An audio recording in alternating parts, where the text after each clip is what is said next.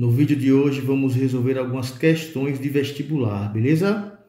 Então vamos começar. Considere a árvore filogenética abaixo. Aí está a árvore. Dos macacos antropóides representados no esquema, os que apresentam maior parentesco com o homem são o... E aí, galera? Qual é o grupo de macacos que apresenta maior parentesco com o homem? Para apresentar o maior parentesco, precisa estar mais próximo. Precisa ter uma proximidade maior na árvore filogenética aqui. Tá vendo quais são os mais próximos? Gorila e o chimpanzé. São os mais próximos do homem em grau de parentesco. Então, alternativa C, gorila e chimpanzé. Ok, galera. Próxima questão. Melhorar o foco aqui. Os impactos ambientais das usinas hidrelétricas são motivo de polêmica nas discussões sobre desenvolvimento sustentável. Embora usualmente relacionadas ao conceito de energia limpa ou associadas à ideia de sustentabilidade, essas usinas podem causar vários problemas ambientais. Destaca-se a proliferação de determinadas espécies aquáticas em relação a outras, ocasionando a perda de diversidade das comunidades de peixes e ictiofauna do local. Em um primeiro momento, as mudanças na composição dessas comunidades devem-se... E aí, galera? Aí está falando sobre as comunidades, as mudanças na composição das comunidades e sua relação com as usinas hidrelétricas. Isso se deve ao quê? E aí? Letra A, galera. Letra A. Alterações nos habitats causadas pela construção das barragens. Por quê, pessoal? Porque nesse caso aqui, muitos rios se transformam em lagos. E aquelas espécies que são menos especialistas, elas acabam se beneficiando mais que outras. Aquelas espécies que se adaptam melhor a essas mudanças acabam se beneficiando mais que outras. E essas outras que não se beneficiam acabam sendo prejudicadas. É por isso a resposta letra A. Aqui tem a letra E, né? Mas não é essa a resposta, beleza? Então é letra A. Terceira questão. A maioria dos seres vivos produz ATP para suas necessidades energéticas, por meio da respiração celular. Nesse processo, moléculas orgânicas são degradadas, liberando energia para a produção de ATP. A degradação da molécula orgânica glicose durante a respiração ocorre em 3 etapas metabólicas: glicólise, ciclo de Krebs e cadeia respiratória. Sobre as etapas metabólicas são feitas algumas afirmativas. A glicólise é uma etapa extramitocondrial e anaeróbica do processo de respiração celular. E aí, galera? Correto, beleza? A glicólise é uma etapa extramitocondrial, porque ocorre fora da mitocôndria, e anaeróbica, porque não precisa de oxigênio para ocorrer, beleza? Item 2. A fase aeróbica da respiração em eucariotos ocorre dentro da mitocôndria e compreende o ciclo de Krebs e a cadeia respiratória. E aí, pessoal? Verdadeiro ou falso? Verdadeiro, galera. Beleza? Verdadeiro. A fase aeróbica da respiração ocorre realmente dentro da mitocôndria e compreende o ciclo de Krebs e a cadeia respiratória. Item 3. O ciclo de Krebs é uma fase aeróbica da respiração celular e ocorre nas cristas mitocondriais. Não é verdade, pessoal. Falso. Ocorre na matriz mitocondrial e não nas cristas mitocondriais.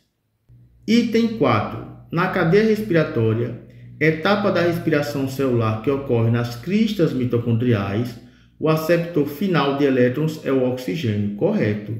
Essa etapa realmente ocorre nas cristas mitocondriais e o aceptor final de elétrons é realmente o oxigênio. Item 4, verdadeiro. Então, qual é a resposta? Itens 1, 2 e 4, letra D. Ok, galera. Continuando.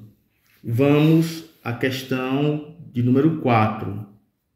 Apenas 2 dias após o primeiro caso de Covid-19 ser confirmado em um paciente brasileiro vindo da Itália, pesquisadores brasileiros conseguiram sequenciar o genoma do vírus responsável pela doença. O sequenciamento revelou que o vírus que chegou aqui tem 3 mutações que o diferem do vírus de Wuhan.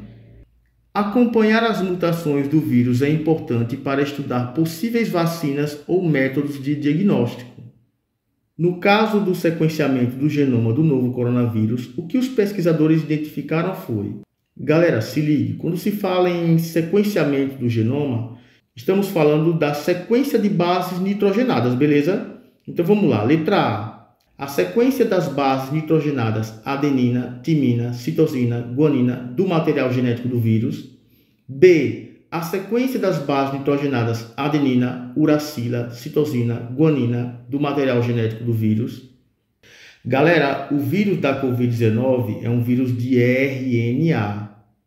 Então, no RNA, as bases nitrogenadas são adenina, uracila, citosina, guanina. Então, logo de cara, a resposta é letra B. Tem as outras alternativas. As outras aqui, né? Sequência dos aminoácidos que compõem as proteínas do vírus? Não. Sequência de anticorpos de RNA do vírus? Não. O fenótipo do vírus também não, ok? É letra B, voltando aqui, porque o vírus da Covid-19 é um vírus de RNA. Então, letra B, sequência das bases nitrogenadas, adenina, uracila, citosina, guanina, do material genético do vírus. Então, ok. Próxima questão, questão número 5. Grupos de proteção ao meio ambiente conseguem resgatar muitas aves aquáticas vítimas de vazamentos de petróleo. Essas aves são lavadas com água e detergente neutro para a retirada completa do óleo de seu corpo e, posteriormente, são aquecidas, medicadas, desintoxicadas e alimentadas. Mesmo após esses cuidados, o retorno ao ambiente não pode ser imediato, pois elas precisam recuperar a capacidade de flutuação. Para flutuar, essas aves precisam... E aí, galera, de quê? Letra C. Substituir as penas danificadas.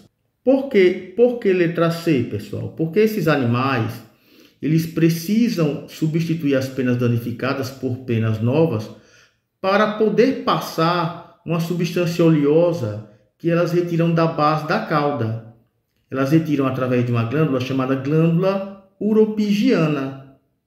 Essa substância oleosa é passada nas penas e o animal flutua. Né? Ele consegue flutuar na água por conta dessa substância, viu? Que é passada nas penas. Questão de número 6. A acromatopsia é uma doença autossômica recessiva rara determinada por um par de alelos. Pessoas com essa doença pouco distinguem cores ou não a distinguem, podendo enxergar uma só cor. No heredograma, o avô de Renan e Bárbara apresenta a acromatopsia. Então, vamos lá. Vou colocar aqui, representar por azinho, azinho. Aqui sabemos que essa mulher é normal, mas não sabemos o genótipo dela completo. Ok? De todo modo, esses dois indivíduos aqui, esses dois, eles são heterozigotos. Professor, por que são heterozigotos? Porque observe aqui que o papai aqui tem os 2 genes para a doença. Então, um vem do papai. Então, obrigatoriamente, sendo esses indivíduos normais, eles são heterozigotos. A probabilidade de Renan e Bárbara gerarem um menino com acromatopsia será D. Então, se liguem, pessoal, vamos lá. Primeiro, para Renan e Bárbara gerarem um menino doente, os 2 precisam ser heterozigotos. Ok? Então, veja só, galera. Vamos responder da seguinte forma. Então, se liguem. Eles sendo heterozigotos, o que é que vai gerar aqui? Azão, azão, azão, azinho, azão, azinho, azinho, azinho. Ok? É o que vai gerar aqui. Ele sendo heterozigoto, a probabilidade de gerar uma criança doente é 1/4. Ok? Então, veja só. Probabilidade é 1/4, certo? Eles sendo heterozigotos, os dois. Mas você tem que calcular a probabilidade de Renan ser heterozigoto. Renan ser heterozigoto. A probabilidade de Renan ser heterozigoto é 1/2. Que é 50%. Veja que aqui é 1/2 aí. É a probabilidade de Renan ser heterozigoto. Tá vendo aqui? Aqui vai dar 50% de probabilidade dele ser heterozigoto. A mesma coisa para Bárbara. Vai ser 50% de probabilidade de Bárbara ser heterozigoto. Aí você calcula aqui. Vezes a probabilidade de Bárbara ser heterozigota. Ele diz aqui que é um menino doente. Então, tem a probabilidade de ser menino ou menina, é 1/2. Quanto é que dá aqui? Isso aqui vai dar 1/32. É o que vai dar de probabilidade. Ok? Então, letra C, a resposta da questão. Letra C, 1/32. Tem as outras alternativas aqui. Letra D, 1/64 é 1/4. Mas não são essas. Continuando, sétima questão. Uma nova e revolucionária técnica foi desenvolvida para a edição de genomas. O mecanismo consiste em um sistema de reconhecimento do sítio onde haverá a mudança do gene, combinado com um mecanismo de corte e reparo do DNA. Assim, após o reconhecimento do local onde será realizada a edição, uma nuclease corta as duas fitas de DNA. Uma vez cortadas, mecanismos de reparação do genoma tendem a juntar as fitas novamente. E nesse processo, um pedaço de DNA pode ser removido, adicionado ou até mesmo trocado por outro pedaço de DNA. Nesse contexto, uma aplicação biotecnológica dessa técnica envolveria E aí, galera? O que é que vai envolver? Letra E. Correção de distúrbios genéticos. Por que letra E, pessoal? Porque vai haver um reparo do DNA. Assim, se houver algum problema genético, algum distúrbio genético, ele vai ser reparado ali na própria molécula de DNA. Ok. Continuando. Os pesquisadores Robert Simons e Lou Shepard questionaram a versão tradicional de como a girafa desenvolveu o pescoço comprido. Observações feitas na África demonstraram que as girafas que atingem alturas de 4 a 5 metros geralmente se alimentam de folhas a 3 metros do solo. O pescoço comprido é usado como arma nos combates corpo a corpo pelos machos na disputa por fêmeas. As fêmeas também preferem acasalar com machos de pescoço grande. Esses pesquisadores argumentaram que o pescoço da girafa ficou grande devido à seleção sexual. Machos com pescoços mais compridos deixavam mais descendentes do que machos com pescoços mais curtos. Sobre a visão tradicional de como a girafa desenvolve o pescoço comprido, é correto afirmar que, na visão tradicional baseada em Darwin, a girafa adquire um pescoço comprido pela lei dos desusos. Já está errado daí. Lei dos desusos é Lamarck. Letra B. Na visão tradicional baseada em Lamarck, a girafa adquire o pescoço comprido com a sobrevivência diferencial de girafas. É errado também. A sobrevivência diferencial é Darwin. O ambiente seleciona as características vantajosas. Beleza? Seleção feita pelo meio ambiente. É Darwin. Então não precisa continuar o texto porque está errado mesmo. Letra C. Na visão tradicional baseada em Lamarck, a girafa adquire pescoço comprido pela lei do uso e desuso. Aquelas com pescoço comprido conseguem se alimentar das folhas inacessíveis às outras e deixam, portanto, mais descendentes. Essa primeira oração está correta, mas depois do ponto continuando, o restante está errado. Essa parte aqui está relacionada às ideias de Darwin e não de Lamarck. Certo, pessoal? Por quê, professor? Porque, veja só, para Lamarck, a girafa esticou tanto o pescoço, tanto que adquiriu um pescoço comprido. Já para Darwin, existiam girafas com pescoço longo e girafas com pescoço curto. As girafas com pescoço longo conseguiam alcançar os alimentos, e as com pescoço curto não conseguiram alcançar os alimentos e entraram em extinção. É basicamente isso aí. Letra D. Na visão tradicional baseada em Darwin, a girafa adquiriu o pescoço comprido com a sobrevivência diferencial de girafas. Ok.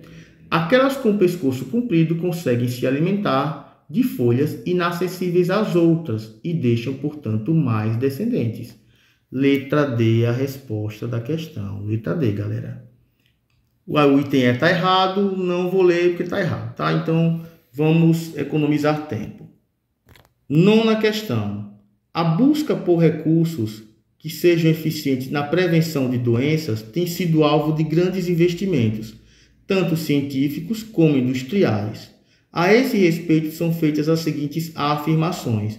Bom, galera, essa é uma questão de imunidade. Imunidade é muito frequente no Enem. Item 1. A eficiência das vacinas é devida à produção de células de memória, que permanecem no organismo, podendo combater o agente causador de uma doença imediatamente. Correto, galera, correto. A vacinação estimula a produção de células de memória. Ok? As células de memória guardam a informação do antígeno. E quando o antígeno novamente entra no corpo, a resposta imunológica é mais rápida pela ação das células de memória. Item 2. Existem diferentes tipos de células do sistema imunitário, sendo que os macrófagos são capazes de fagocitar partículas estranhas e os linfócitos podem produzir anticorpos. Correto esse item. Item 3. Anticorpos são células cuja função é identificar e destruir partículas estranhas. Não, galera. Anticorpos não são células. São moléculas proteicas capazes de destruir ou neutralizar o antígeno. São moléculas proteicas, não células. Então, a alternativa correta, letra D. Letra D. Somente itens 1 e 2. Continuando, última questão. O epitélio nasal e o branquial apresentam receptores às proteínas virais do novo coronavírus, SARS-CoV-2. A secreção mucosa liberada pelas células das vias respiratórias é importante para a formação de um gel viscoso e lubrificante, com grande quantidade de água, que funciona como uma barreira adesiva para muitas partículas e patógenos. Entretanto, há vírus capazes de penetrar essa barreira formada pelo muco. Utilize a figura abaixo e seus conhecimentos de biologia celular para assinalar a alternativa que preenche corretamente as lacunas na frase a seguir. Bom, vamos lá, aqui está a figura, né? A figura aqui abaixo. Presente na cavidade nasal, na traqueia e nos brônquios, a célula caliciforme apresenta organelas 1. Esse 1 é o que, galera? Retículo endoplasmático granular ou rugoso, né? 2 é o que? Complexo golgiense. Então, vamos lá. Vamos logo para as alternativas aqui. 1. Retículo endoplasmático granular. Certo? Vamos procurar logo por ele. Ok? 2 é complexo de Golgi ou complexo golgiense. 2, olha. É complexo de Golgi, tá vendo? 2 complexo de Golgi aqui. Certo? 3. Vamos ver 3 o que é. Bem desenvolvidas. Então, as organelas 1.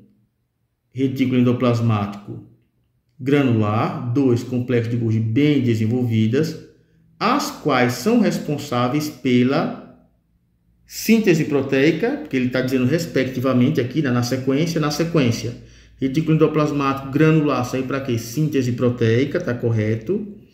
E aqui ele coloca adição de açúcares. Veja só, galera, o complexo golgiense, a sua principal função é o acúmulo, modificação e eliminação de secreções.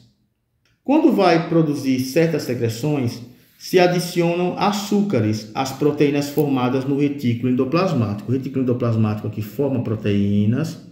Essas proteínas vão para o complexo de Golgi e ele adiciona açúcares para se formarem glicoproteínas. As glicoproteínas é que compõem o muco, ok? O muco ao qual se refere aqui na questão. A secreção mucosa liberada pela célula das vias respiratórias. Essa secreção mucosa é formada por glicoproteína.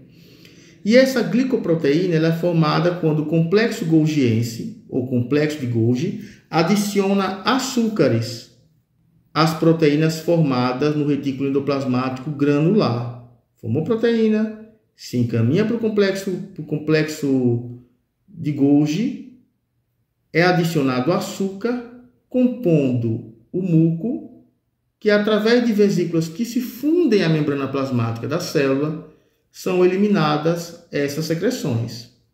Beleza, pessoal? Então, a resposta da questão é qual? É a letra D. Certo?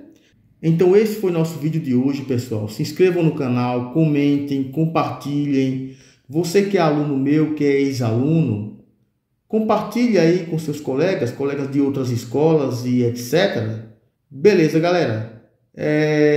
Essa resolução de questões, obviamente, o aluno já teria que ter estudado esses assuntos para entender melhor a resolução dessas questões.